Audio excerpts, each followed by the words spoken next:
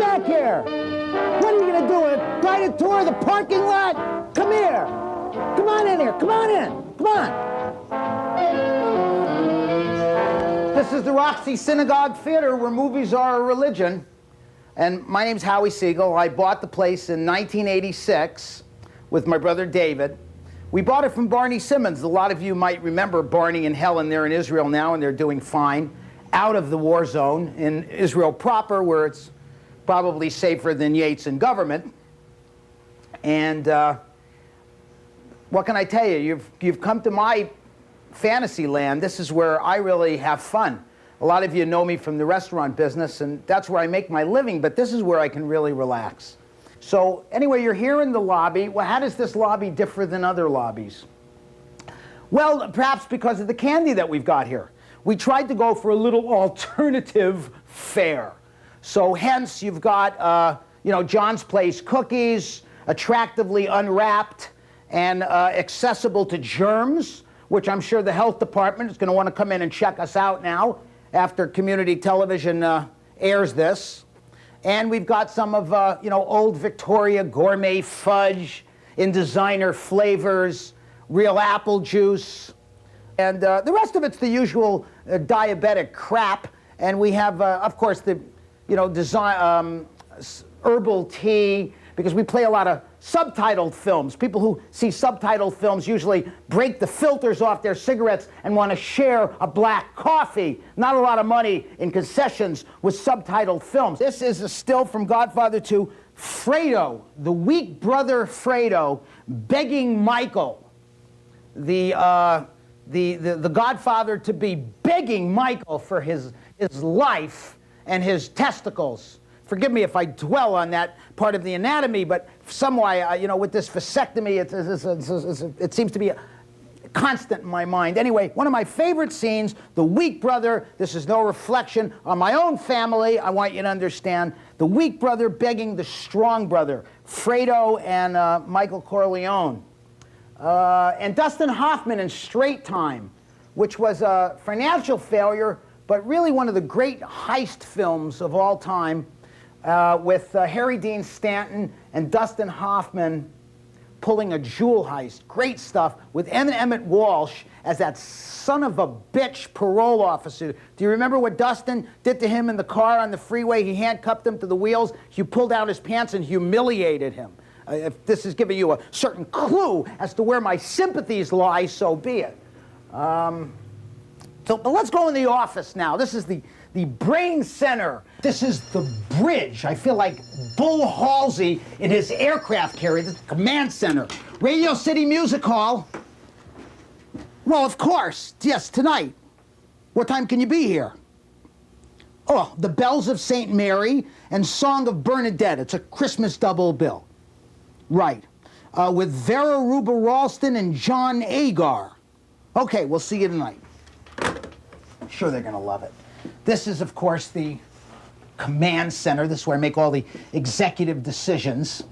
The big decision I had to make was whether to have the second vasectomy or not. This is my second vasectomy. And when I was talking to the surgeon, Palmerville, I asked him what the odds are that the second one fails. And he said, if the second one fails and it regenerates itself, then I want you, Howie, to buy my Lottery 649 tickets. So that could be an interesting sidelight in the future. We're going up to the projection booth now, which is really the place where it all happens, and also where the mystery. It's the mystery of the projection booth. And not many people get to go in the projection booth, that's for sure. We're gonna go slowly now so that these little stitches have plenty of clearance as my thighs go. I feel like Gabby Hayes here, the way I'm walking around. Yeah, the old projection booth. Come on in. 19th century, right? The pedestals on the projectors are original from 1949, but the square boxes on top of the pedestals are the lamp housings, and they're new. They're what you call a xenon lamp housing, and xenon lamps were a great advancement in film projection, because instead of burning a carbon arc, which was about a 20 minutes duration. So in the old days, when you had flammable film, projectors really earned a living, going back and forth from projector to projector, reel changes every 20 minutes. Also through here is the marquee. I know, you want to come on, take a walk, and we'll go out on the marquee. We'll see what the view looks like.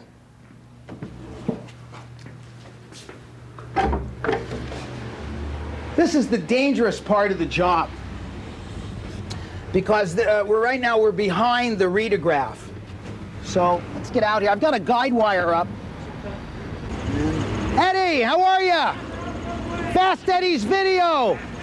Porno on the go for people on the move. We deliver. We're going to be playing Wilt, which is a hilarious English comedy.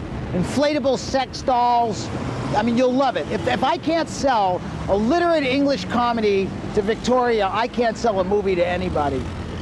This is a wonderful, wonderful movie, folks. Even Michael D. Reed and the Times columnist loved it. It's called Wilt, and it's based on the Tom Sharpe novels, and it's hilarious. It's about a man who wants to kill his wife, a normal subject amongst all of us. Well, we'll go down.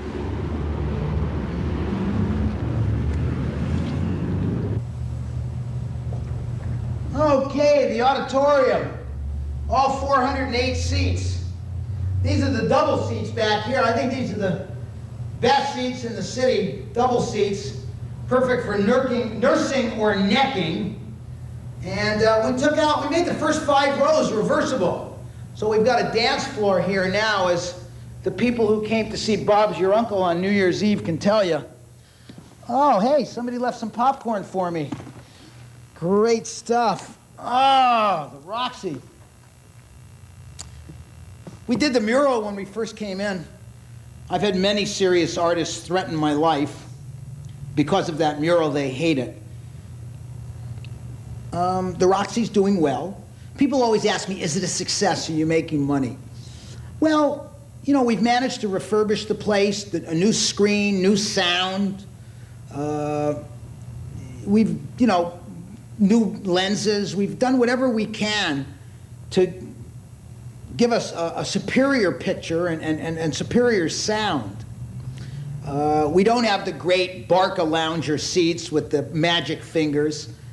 But what are you going to do? You know, if people supported foreign films, subtitled movies, art films, creative cinema, if they supported it like they supported the crap that they play downtown, then we could have all those things. But the truth is, you're looking at a limited audience. But given those limitations, I think the Roxy's been doing great. It's always paid for itself. It's paid for all its own improvements. And more importantly, it's my happiness and Neil Kelly's happiness. And so I would say that they'll probably bury me here in the lobby. It wouldn't surprise me at all. What interests us is movies here. This is what really makes us happy, good movies. And if you've got a good movie that makes money, that's the creme de la creme. I've never enjoyed myself more than when the lights go down and the sound starts and the picture comes on the screen, and that's got to be one of the great feelings in the world. Thanks for joining me here at the Roxy. I hope you enjoyed yourself. I loved it. And I hope you'll come back and watch a movie. And if you don't like the film, ask a staff member for a pass, and you'll get one, no questions asked. Guaranteed hits at the Roxy, or it don't cost you nothing. Bye, folks.